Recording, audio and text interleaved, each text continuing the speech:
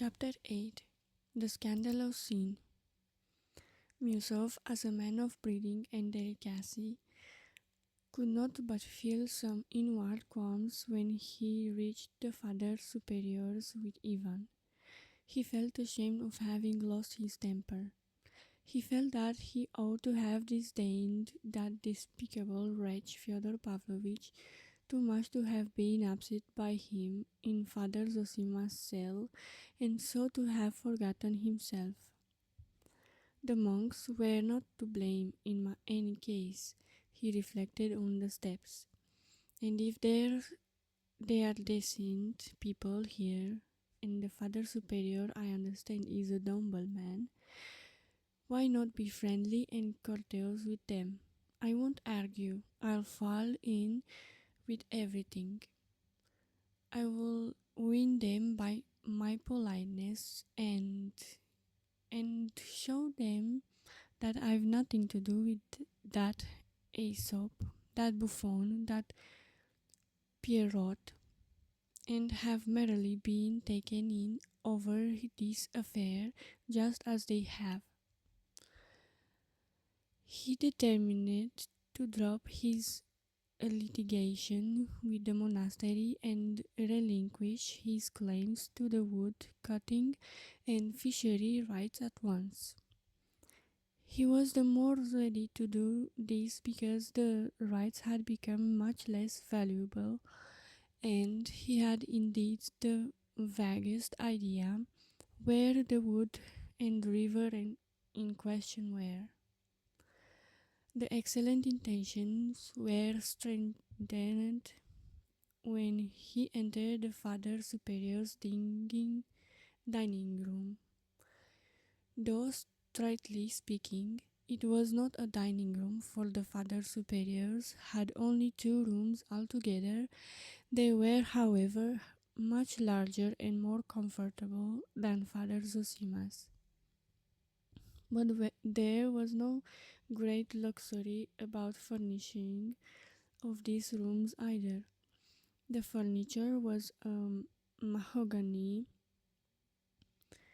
covered with a leather in the old-fashioned style of 1820. The floor was not even stained, but everything was shining with cleanliness, and there were many choice flowers in the windows. The most sumptuous thing in the room at the moment was, of course, the beautifully decorated table. The cloth was clean, the service shone. There were 3 kinds of well-baked bread, 2 bottles of wine, 2 of excellent mead, and a large glass jug of kvass, both the latter made in the monastery and famous in the neighborhood. There was no vodka. Rakitin related afterwards that there were 5 dishes: fish soup made of sterlets, served with little fish patties, then boiled fish served in a special way, then salmon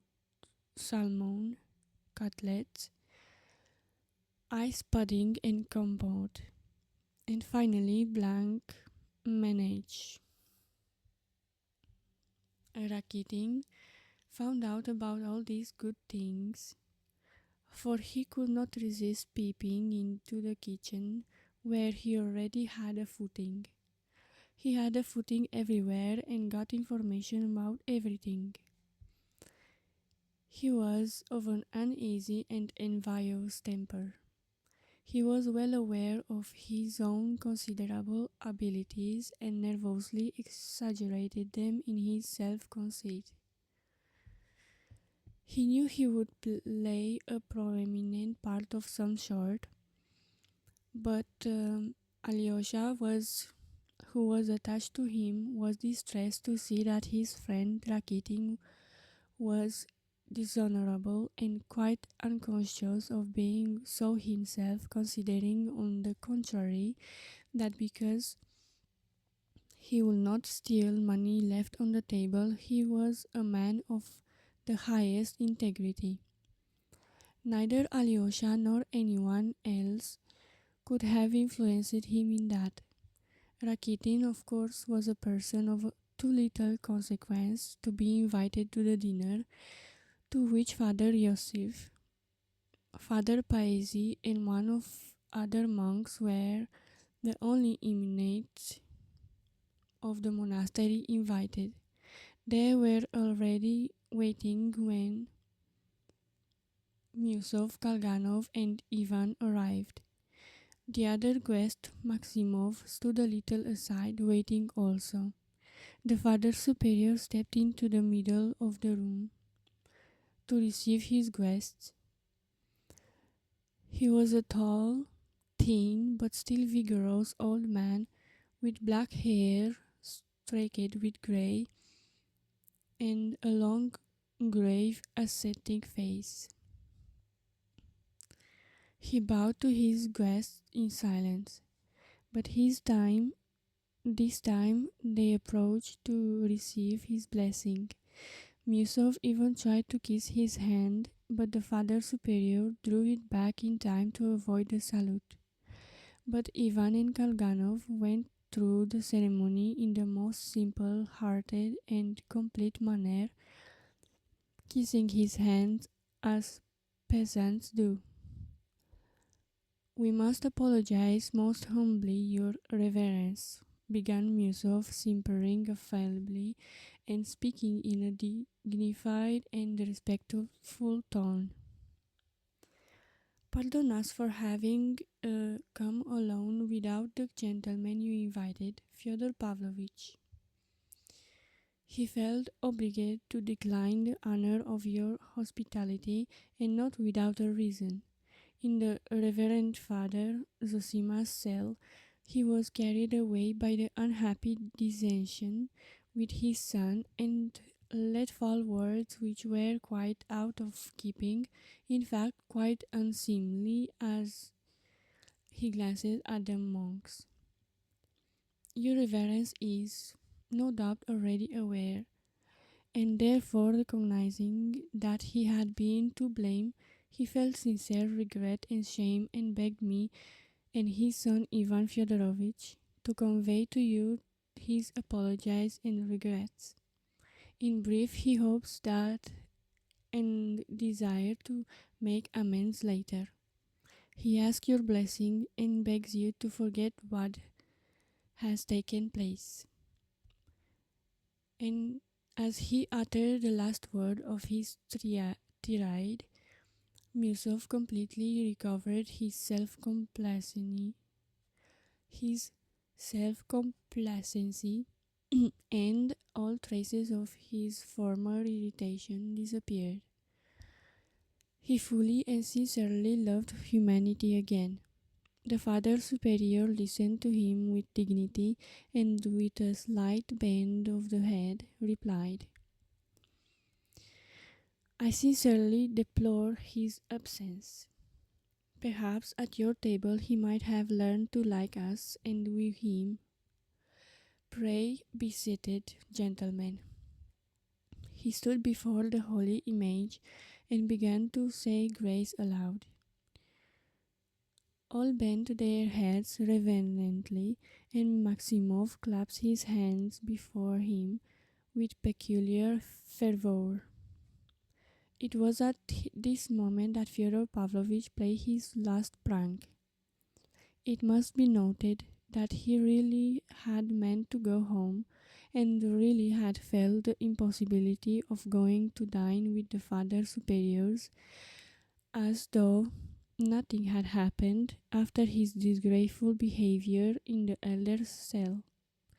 Not that he was so very much ashamed of himself, quite the contrary, perhaps, but still he felt it would be unseemly to go to dinner.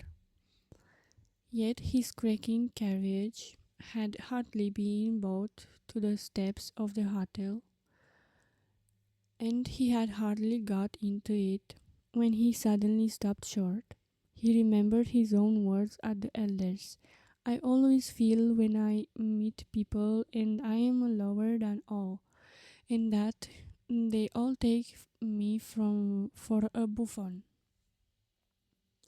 So I say, let me play the buffoon, for you are, every one of you, stupider and lower than I.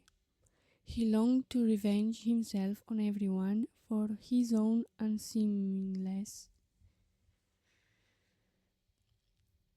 He suddenly recalled how had once in the past been asked, "Why do you hate so and so much?"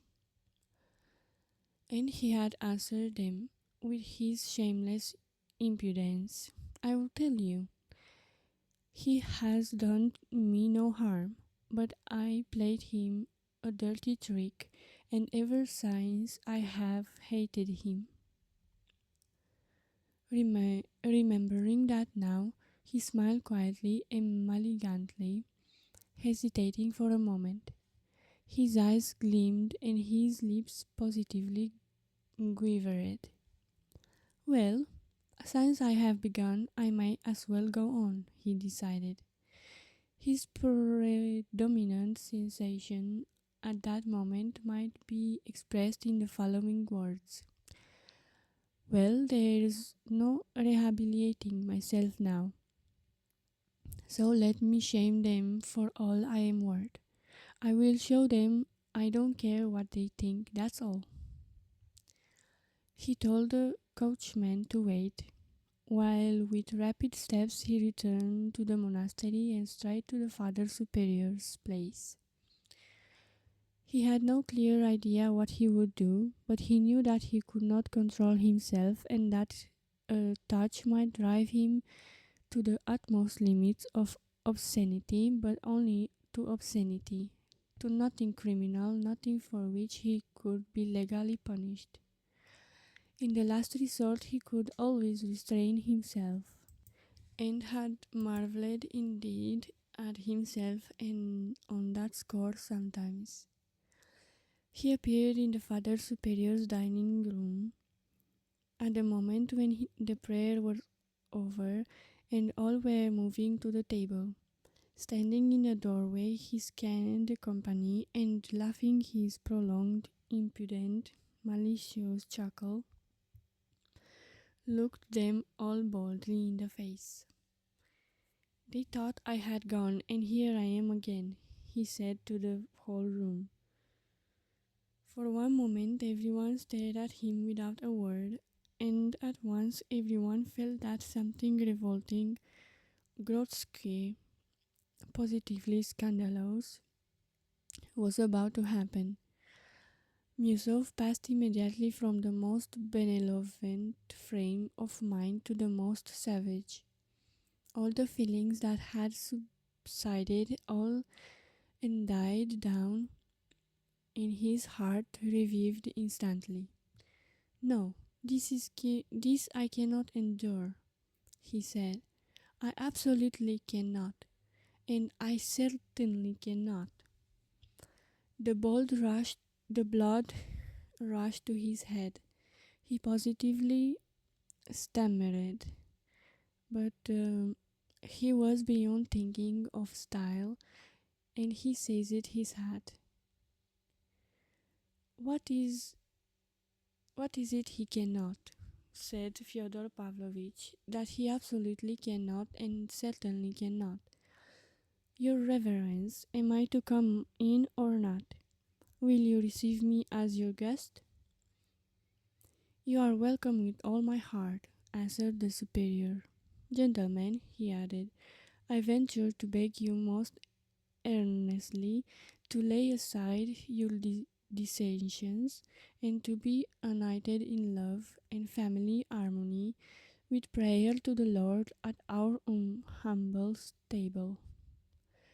"No, no, it is impossible," said Musov beside himself. "Well, if it is impossible for Pyotr Alexandrovitch, it is impossible for me, and I won't stop. That is why I came. I will keep with Pyotr Alexandrovitch everywhere now."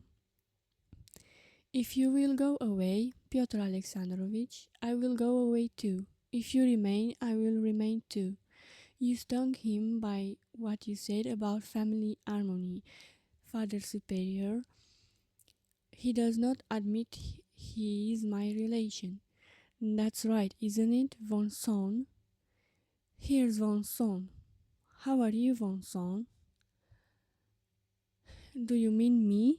Muttered Maximov, puzzled. Of course I mean you, said Fyodor Pavlovitch. Who else? The Father Superior could not be von Son. But I am not von Son either. I am Maximov. No, you are von Son. Your Reverence, do you know who von Son was? It was a famous murder case. He was killed in a house of a harlotry. I believe that is what such places are called among you. He was killed and robbed, and in spite of his venerable age, he was nailed up in a box and sent from Petersburg to Moscow in the luggage van. While they were nailing him up, the harlots sang songs and played the harp, that is to say, the piano. So this is what very von Solin. Uh, he has risen from the dead, hasn't he, von Son? What is happening? What is this? Voices were heard in the group of monks. Let us go, said Musov, addressing Kalganov. No, excuse me, Fyodor Pavlovitch broke in shrilly, taking another step into the room. Allow me to finish. There in the cell you blame me for behaving disrespectfully just because I spoke of eating gudgeon, Pyotr Alexandrovich. Musov, my relation, prefers to have plus de noblesse que de sincérité in his words, but I prefer in mine plus de sincérité que de noblesse, and damn the noblesse. That's right, isn't it, von Son? Allow me, Father Superior. Though I am a buffon and play the buffon, yet I am the soul of honor and I want to speak my mind. Yes, I am the soul of honor, while in Pyotr Alexandrovich there is wounded vanity and nothing else. I came here perhaps to have a look and speak my mind. My son Alexei is here being saved. I am his father. I care for his welfare, and it is my duty to care. While I've been playing the fool, I have been listening and having a look on the sleigh, and now I want to give you the last act of the performance. You know how things are with us. As a thing falls, so it lies. As a thing once has fallen, so it must lie forever. Not a bit of it. I want to get up again. Holy Father, I am indignant with you. Confession is a great sacrament before which I am ready to bow down reverently. But there in the cell, they all kneel down and confess aloud. Can it be right to confess aloud? It was ordained by the Holy Fathers to confess in secret. Then only your confession will be a mystery, and so it was of old. But how can I explain to him before everyone that I did this and that? Well, you understand what? Sometimes it would not be proper to talk about it, so it is really a scandal. No, fathers, one might he carried along with you to the flagellants, I dare say. At the first opportunity I shall write to the synod, and I shall take my son Alexei home. We must note here that Fyodor Pavlovitch knew where to look for the weak spot. There has been at once time malicious rumors which had even reached the archbishop not only regarding our monastery but in others where the institution of elders existed, that too much respect was paid to the elders, even to the determinated and of the authority of the superior, that the elders abused the sacrament of confession, and so on and so on. Absurd charge which had died away of themselves everywhere. But the spirit of holy witch had caught up Fyodor Pavlovitch and was bearing him on the current of his own nerves into lower and lower depths of ign- ignominy, prompted him with his old slander. Fyodor Pavlovitch did not understand a word of it, and he could not even put his sensibly, for on this occasion no one had been kneeling and confessing aloud in the elder's cell, so that he could not have been seen anything of the kind. He was only speaking from confused memory of old slanders. But as soon as he had uttered his foolish tirade, he felt he had been talking absurd nonsense, and at once longed to prove to his audience, and above all to himself, that he had not been talking nonsense. And though he knew perfectly well that with each word he would be adding more and more absurdity, he could not restrain himself and plunged forward blindly. "How disgraceful!" cried Pyotr Alexandrovitch. "Pardon me," said the Father Superior. "It was said of old, many have begun to speak against me and have uttered evil sayings about me. And hearing it, I have said to myself, it is the correction of the Lord, and He has sent it to heal my vain soul. And so we humbly thank you, honored guest." And he made Fyodor Pavlovitch a low bow. Sanctimoniousness and stock phrases. Old phrases and old gestures. The old ladies' informal prostrations. We know all about them. A kiss on the lips and a dagger in the heart, as, as in Schiller's Robbers. "I don't like falsehood, fathers. I want the truth. But the truth is not to be found in eating gudgeon, and that I proclaim aloud. Father monks, why do you fast? Why do you expect reward in heaven for that? Why, for reward like that I will come and fast too. No, saintly monk, you try being virtuous in the world, do good to society, without shutting yourself up in the monastery at the other people's expenses, and without expecting a reward up aloft for it. You'll find that a bit harder. I can talk sense too, Father Superior. What have they got there here?" He went up to the table. "Old port wine, mead brewed with by the Eliseev brothers." Okay, fathers. That's is something beyond gudgeon. Look at the bottles of the fathers have bought out. And who has proved it all? The Russian peasants, the laborer, brings here the farthing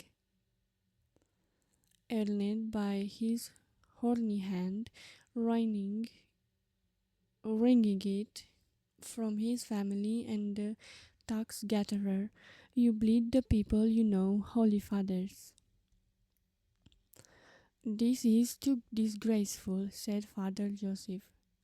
Father Paisi kept obstinately silent.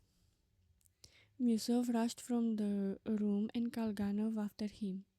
"Well, father, I will follow Pyotr Alexandrovitch. I am not coming to see you again. You may beg me on your knees, I shall come.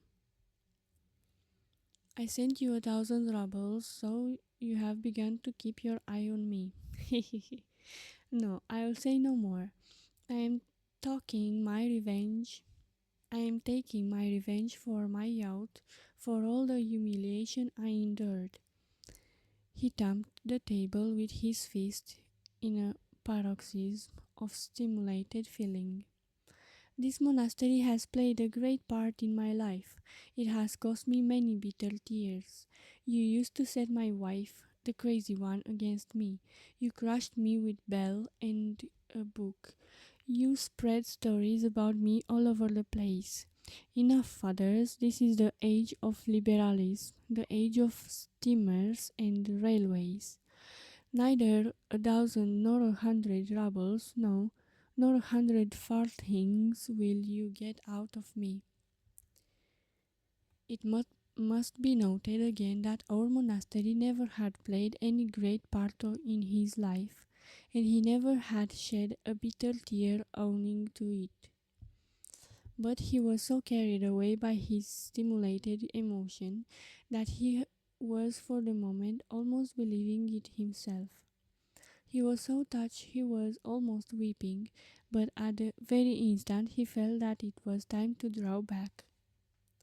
The Father Superior bowed his head at his malicious lie and again spoke impressively. It is written again, bear circumspectly and gladly the dishonor that cometh upon thee by no act of thine own. Be not confounded, and hate not him who had dishonored thee, and so will we. Bethinking thyself and the rest of the rigmarole. Bethink yourselves, fathers, I will go, but I will take my son Alexei away from here forever on my parental authority. Ivan Fyodorovitch, my most dutiful son, permit me to order you to follow me. Von son, what have you to stay for? Come and see me now in the town. It is fun there. It is only one short verst instead of Lenten oil, and I will give you sucking pig and kasha. We will have dinner with some brandy and liqueur to it. I've cloudberry wine. Hey, Vincent, don't lose your chance. He went out shouting and gesticulating. It was at that moment Rakitin saw him and pointed him out to Alyosha. Alexei, his father shouted from far off, catching sight of him. You come home to me today for good, and bring your pillow and mattress and leave no trace behind. Alyosha stood rooted to the spot, watching the scene in silence.